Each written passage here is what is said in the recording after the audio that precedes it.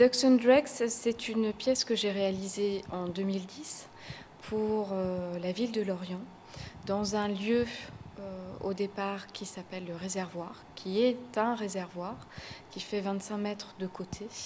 Donc c'est un grand cube du 19e siècle. La lumière, ici, elle prend vraiment son sens dans le remplissage de l'espace.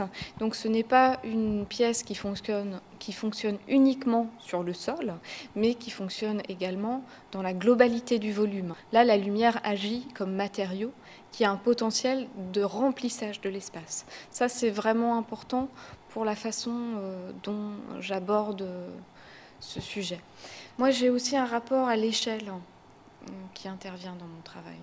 C'est-à-dire, c'est souvent rendre les choses invisibles, mais même microscopiques,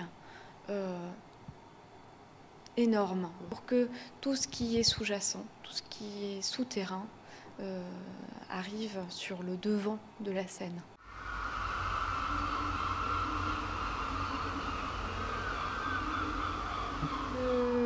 Le dispositif en lui-même, c'est quoi? C'est 14 néons. Ce sont des tubes de verre qui sont colorés à l'intérieur avec un pigment et qui sont façonnés à la bouche avec un souffleur de verre.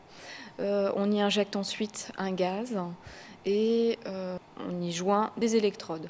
Le tout est allumé par une impulsion électrique via ces électrodes qui va enflammer le gaz qui est à l'intérieur et qui va faire bouger les petites particules de pigment. C'est ça qui donne la couleur.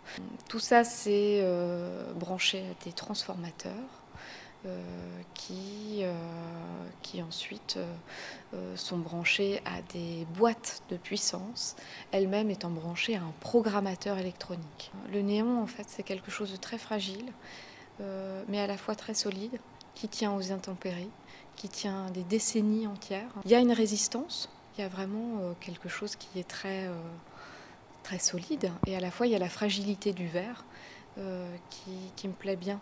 Il y a vraiment cette dualité comme ça, de quelque chose de très léger et à la fois qui a une durabilité dans le temps. Donc oui, c'est une pièce qui va sans doute générer d'autres pièces, comme les petits font des grands.